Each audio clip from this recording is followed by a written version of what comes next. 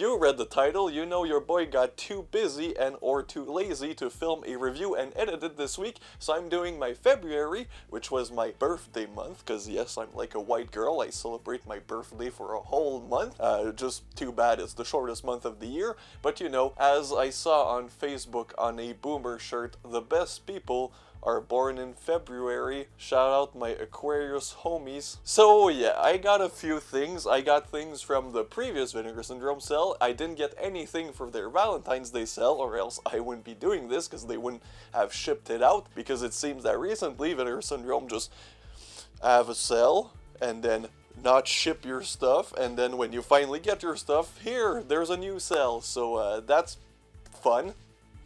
And I'm totally not bitter about one of the titles they released that for some reason I spent over $40 on. So without further ado, let's start this update with a movie that's one of my favorites. It should be in my top 100, it probably is in my top 100 favorite horror movies or just movies in general, but for some reason, even though I watched this for the first time over a decade ago, I never owned this on physical media. I think mainly because the North American Blu-ray was out of print, and the DVD even was going for stupid money, but Arrow did put it out in the UK, so I don't know why I never picked it up, and now I think it's out of print in the UK. This is very complicated, just to tell you guys that I bought Killer Clowns from Outer Space, from Scream Factory, and yes, it did come with a slipcover, but somebody at Amazon and or Scream Factory, they're incompetent enough to make such a mistake, decided to put the barcode over this barcode over the slipcover. So basically when I tried to pull this out of the slipcover, it wouldn't budge. So what I did is I took a knife to the slipcover and I cut the slipcover. Now it's not too bad because I don't really care about slipcovers, and B, the slipcover is just this cover. A Scream Factory have gone extremely lazy in the past few years, and they don't even commission artwork. Not really a big loss because most of their commission artwork look like ass, let's be honest, but now they don't even put the effort. You get the movie, you get the cover, don't even get an alternative cover, you just get the cover and a slipcover with the same cover, so yeah, I'm not really disappointed about that. The movie does look great. I watched it the other day. It's a classic. As I said, it's one of my favorite horror movies of all time. It's one I kind of grew up with. It was one of the first movies that I saw that I really understood what cult cinema was. Yeah, it's a blast. Come on, everybody loves Killer Clowns from Outer Space. I had a shirt of this before I owned the movie on physical media. And then I met a lady who told me, I like your shirt, but that movie sucks, and I wanted to punch her. Which I think is the only rational thing to do when somebody tells you that Killer Clowns from Outer Space sucks. Gift from my lovey-dovey Herschel. He sent me over Succubus from Jess Franco, and I'm very grateful because this is one that, for some reason, I can't find anywhere in Canada. Like, even Unobstructed View, which carry older Blue Underground title, I couldn't find this movie. I can't find it anywhere, and it pissed me off because I bought this for Matt for Christmas last year, and I couldn't even get it. And it was like $6, but I couldn't get it shipped in Canada, so that was sad. But yeah, Succubus, it's probably Jess Franco's most critically acclaimed film, if he has any of those. I mean, yeah, this one is very critically acclaimed. I think in doing my research for my Jess Franco project, which yes, still coming out eventually, probably before GTA 6, this was one that, shit, I forgot the name of the director, but some very well-known old German director that did a lot of work in silent films. Like, this is one that also, Orson Welles, I think, also really liked this one, and the director I'm trying to think of that I can't think of. So this is critically acclaimed for Jess Franco, as critically acclaimed as it gets. I did watch it, it's really good. It is one of his earlier 60s stuff, so it's not as sleazy, but there's still, you know, a lot of sleaze for something that came out in 1969, especially like with the other things that Jess Franco was doing at the time. The main actress, Jeannie Reno, is amazing, beautiful, and yeah, it's really a good movie. It's very bizarre, dreamy, atmospheric, almost reminded me of a Urodowski movie for some reason. Like, this is Alejandro Jodorowsky on like a $100 budget. But yeah, it's super good. I really enjoyed it. Now for, this is for some research for a project that me and Urshel are working on, maybe. Let's hope. I don't want to spoil anything and ruin it.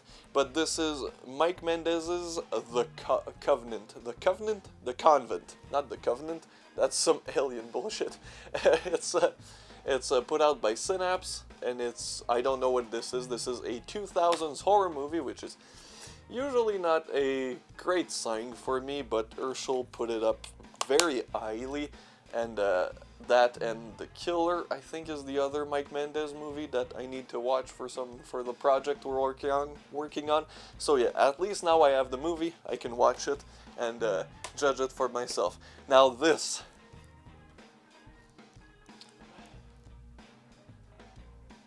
Explain yourself, Explain yourself, Vinegar Syndrome. Why did you put this out? In what world? First of all, there's nudity on the slipcover. At least the slipcover looks good. Can't really see anything because of the nudity. But hey, it looks decent. It looks good. It's probably better than the movie. I don't know. I haven't watched the movie. All I know is that this is one of Jess Franco's least well-regarded film, to say the least.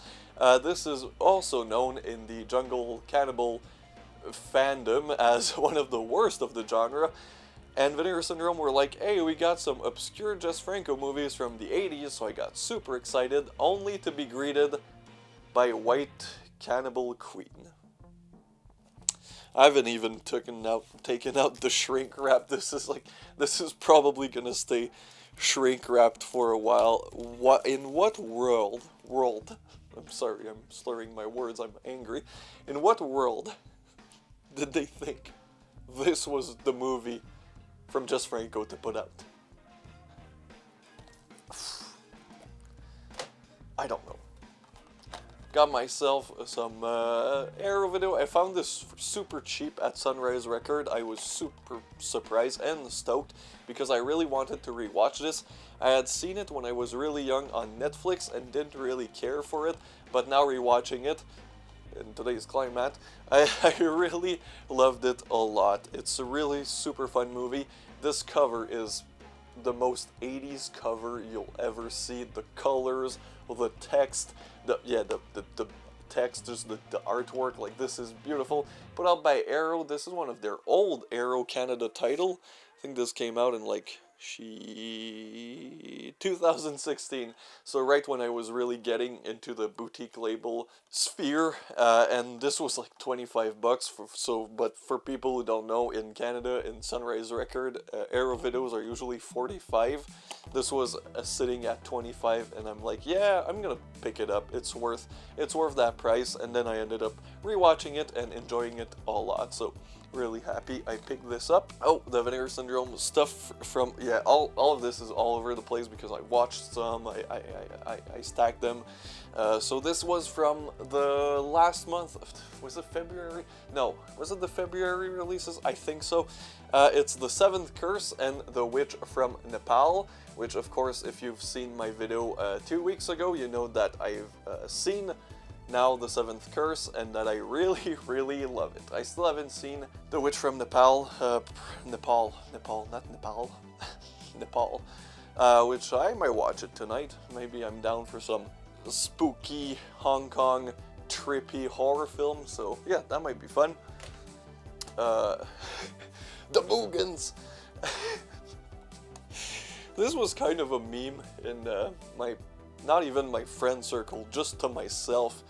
And this is the Christmas gift from my brother. And I don't know why. I always found the title, The Boogans, to be hilarious. And I would just randomly say The Boogans when I was talking about movies with random people like my friend group, just random people, Matt, John, and Urshel, who have seen the movie other than Urshel. Like, I just yell randomly about The Boogans, and I hadn't watched the movie yet. So I added it to my wish list, and my brother got it for Christmas, and I finally watched The Boogans, and the results are in. It's a pretty solid movie. It's nothing mind-blowing, but it's super fun. It has that very very specific style that I like, kind of like Ghost Keeper, if you remember my review from 5 years ago at this point. Like, it's this winter atmosphere, very slow, not a lot of things happen, but you are following these characters that are well written enough, you know, you learn to like them, and then there's really not enough Boogan action, but there's just something about these movies that I like, almost like My Bloody Valentine, which I did double feature this with My Bloody Valentine just because it reminds me of that like small town feeling. Just this one is by far not as good as My Bloody Valentine, but it's a fun movie. I mean, especially for these like Kino prices, like you can get them on sale for like $10, and they have alternative artwork. Wow, usually they don't. I was actually surprised. I'm like, Jesus Christ, Kino, you're doing a cool thing, because usually Kino is like this very, how do I say, clean-cut boutique label. All their spine look the same, it's all black, which I don't mind, and the slipcovers, they're there, not necessary, they don't bring anything to the table, they're just cool to have on the shelf, and yeah, I like Kino. Kino is one of the best companies. They put out so much different things. I really like him. Finally got one of the most well-respected ghost movie from the 80s. Now, I'm not a big haunted house movie fan, but this one I had to get because it's one of the most regarded. I love George C. Scott too, so that's a plus. Plus, I found it with the slipcover. Whee, wow, beautiful. This was put out by not Vinegar Syndrome, Severin Films, and yeah, it's The Changeling. I think I haven't seen it yet, but I assume most people who are really into horror movies at this point have seen it. I hear a lot of great things about it. Like, for when it comes to, oh, I put my finger in nuts. When it comes to like possession films and like ghost films, this is one that's always like highly recommended. Anytime I watch like the Severin Cellar, everybody gushes over this, so can't wait to watch it. It's a bit long, but you know. More VS stuff. This was their new releases, not the Cell things, and this is Curse of the Devil, Demon Witch Child, and the Vampire Night Orgy. As you guys know, I'm a big fan of Spanish horror, so this is a triple feature of Spanish horror. I didn't get it with the slipcover because it was like $60. And my next Vinegar Syndrome rant, I want the new Forgotten Giallo set. Why is it $90? When I first started buying them, it was $75. Why are they $92 now? It's the same 3 movies and the same piece of cardboard, come on. But yeah, I'm pretty excited to watch these. I love old 70s Spanish horror films. I'm a big fan of the Spaniards. That didn't sound... Yeah, why not? Why not? At this point. Speaking of Spain, Italian film. This is 5 Women for the Killer. Now, this is one of the Cell titles I picked up. Hopefully this cover is good enough for YouTube. It's just a giallo that's apparently very sleazy. And you know your boy likes a sleazy giallo. You know your boy likes a sleazy giallo. There is an alternative cover. I just found it kind of, you know, it's a good cover, but this one, you know what you're getting into. You know you're getting into some sleazy shit, so that's good. More Italian, I also picked this up during the Cell. Spectres and Maya. Oof, that's an oldie. 2 Italian films again. Love myself some Spaghetti-O movies, some Chef Boyardee movies. These I've heard mixed things about. I think one of them is apparently better than the other, but I don't know. I'll have to watch them. I love the cover, and I love Italian films. These are late 80s Italian films, so not at the peak of Italian cinema, let's just say, but they're always fun. They always have that weird look, and if you know, you know. You know, that Zombie 3, Zombie 4 kind of look. You know, all of those newer Italian movies, actually. What is up with my white balance? Why am I blue now?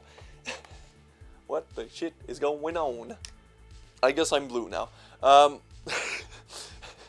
Also, my nose is itchy. I still have that goddamn sinus infection. Woo, this is a hard video to make.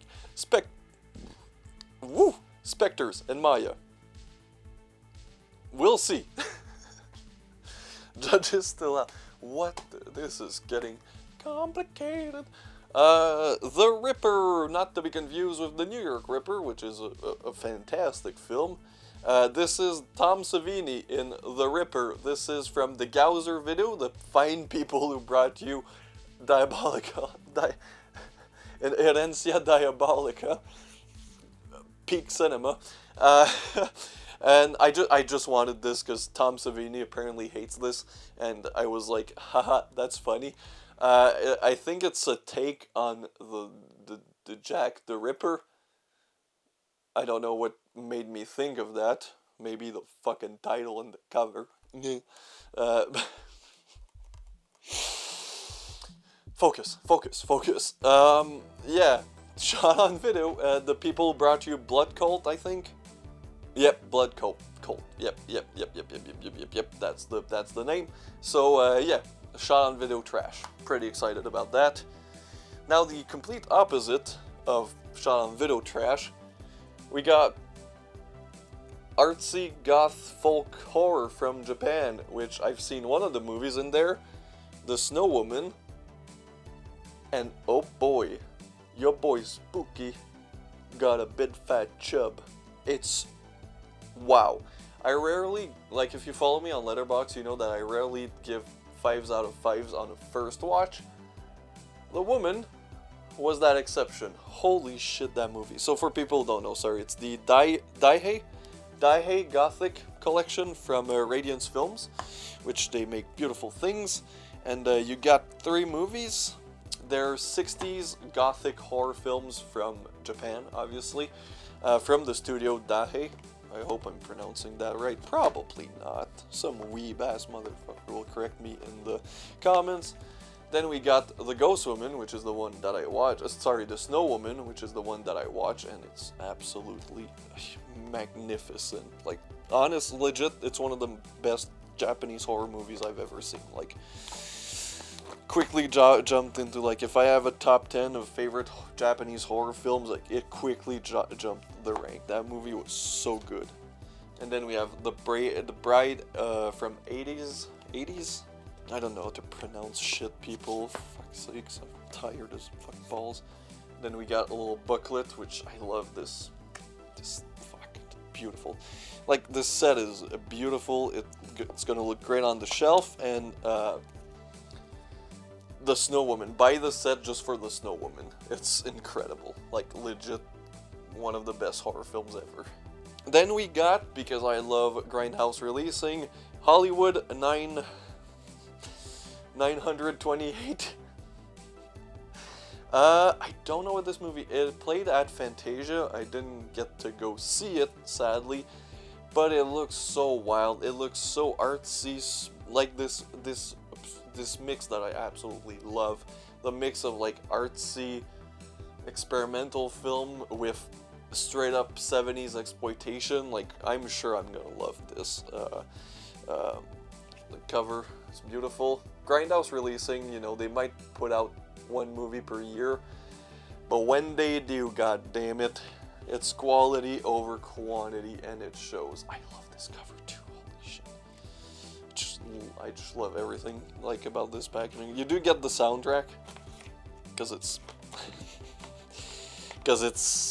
Grindhouse releasing. I'm not gonna be somebody who listens to the soundtrack unless it's really good, and I can't even rip it on my computer. I don't have a disc drive, which I should get, because when I do reviews, I plug my PS3 to my computer, and I have to let the movie run through the entire runtime. The files are huge. It's a pain in the ass, so I should probably get a disc drive, and if ever the soundtracks are good, I could rip them, even though I know I won't. Hollywood 928. Finally, Arrow Video, yay! I was gonna say I haven't bought anything from them in a while. Did buy Dead End Drive-In, but that's an old release. Anything new, J-Horror Rising. I love J-Horror. I hadn't heard of any of these other than Noroi the Curse, which is claimed as one of the best, which I will see. I'm pretty excited about. I've seen St. John's Wort. That movie's dog shit, but you know, the other movies might be good. But yeah, it's typical Arrow set. 2 movies per disc with no reversible cover for... What? I'm not gonna complain. I'm not gonna complain. I don't want to be one of those people that complain about physical media. I'm just happy I got it. Look, I'm happy we got it. I just think that sometimes, I'm not pointing any fingers, Scream Factory, companies can do things a little bit better. Arrow, as, you know, they're a good company. They can do a lot better. They could put the goddamn English titles on the spines of the reversible covers, so I know what fucking movies are on my shelf. But I digress.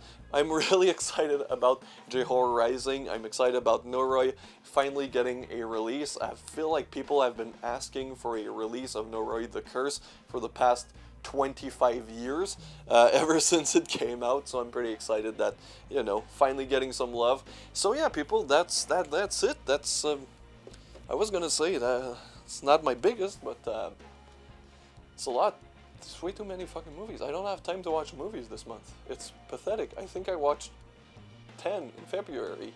That's despicable. Anyways, see you guys next time.